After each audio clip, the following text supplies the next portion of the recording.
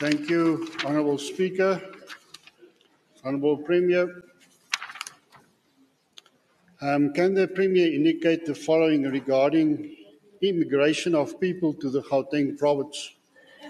Considering that while immigration to Gauteng has continued to the province development or contributed to the province development, immigration also increases the burden on state finance services and programs, and at Gauteng, especially with budget constraints due to poor economic growth in South Africa, and with the province having the highest proportion of its population born in other provinces outside the country, can the Honourable Premier indicate to the House if there are any extraordinary measures and programs in place to deal with this extraordinary reality?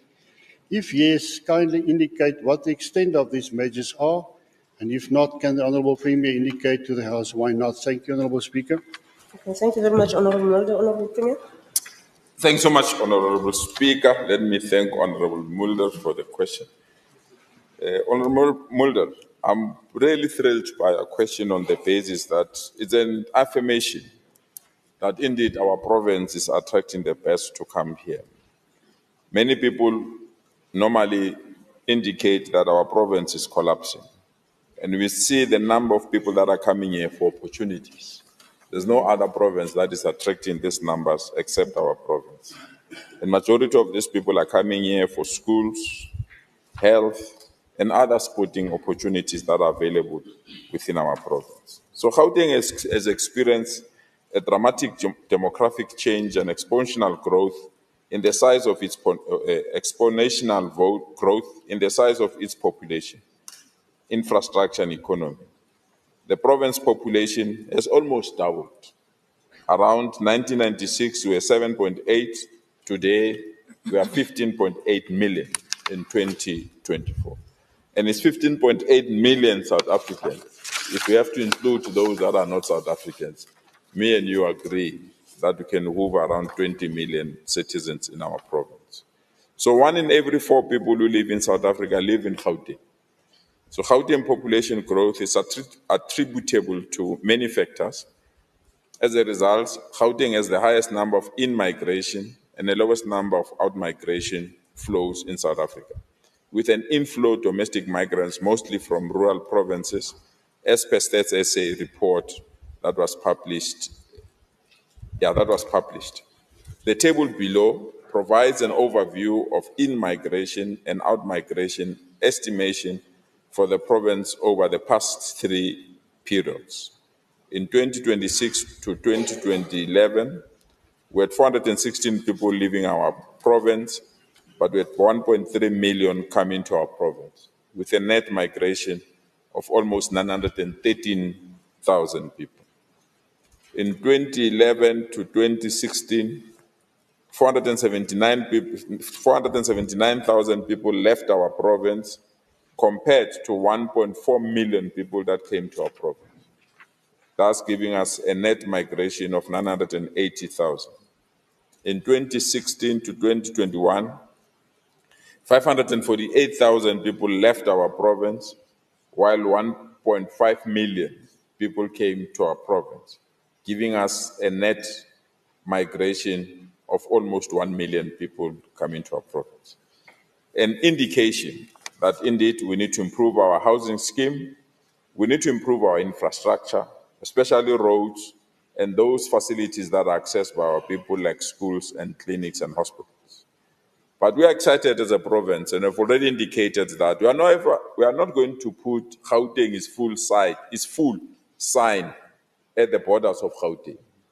We really believe that our people have the right to come to our province, and we have to ensure that it remains attractive, but most importantly, it attracts investment so that opportunities can be made available for our people.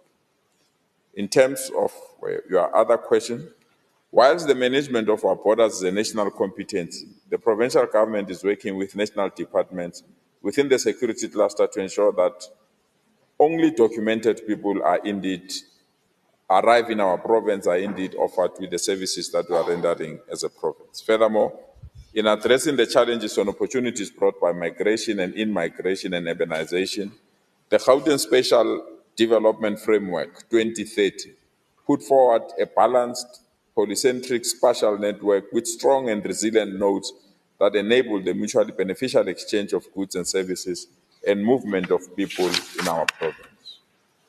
Managing a settlement development and prioritizing infill development and densification rather than expanding residential development outward so that new settlements are functional and integrated within our province. We also want to build an economic network through a system of high-order nodes and activity corridors, developing economic clusters that benefit from synergies and unlock the advantages of agglomeration in our province. We also want to create a viable and productive hinterland by protecting valuable resources and high-potential agricultural land from harmful development and managing water resources effectively.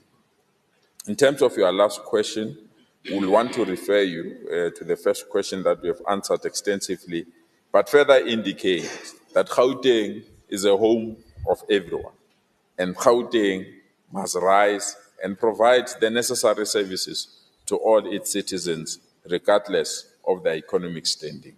Thank you so much, Madam Speaker. Thank you, Honorable Premier. Honorable Mulder, if you have a supplementary question or a short remark, you may do so. Thank you, Honorable Speaker, Honorable Premier. Thank you for just a short remark.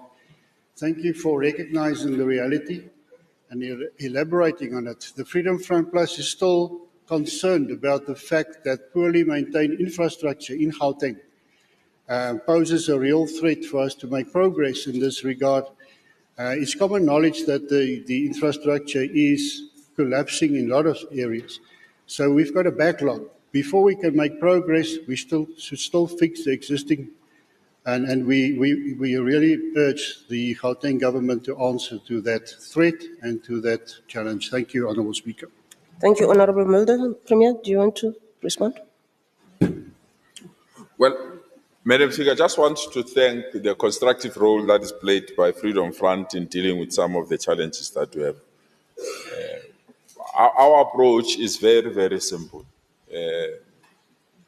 We have a problem of syndicates rather than a problem of collapsing systems. There is a clear syndicate that is targeting installations, government installations in particular, our roads, our traffic lights, our street lights, and many installations.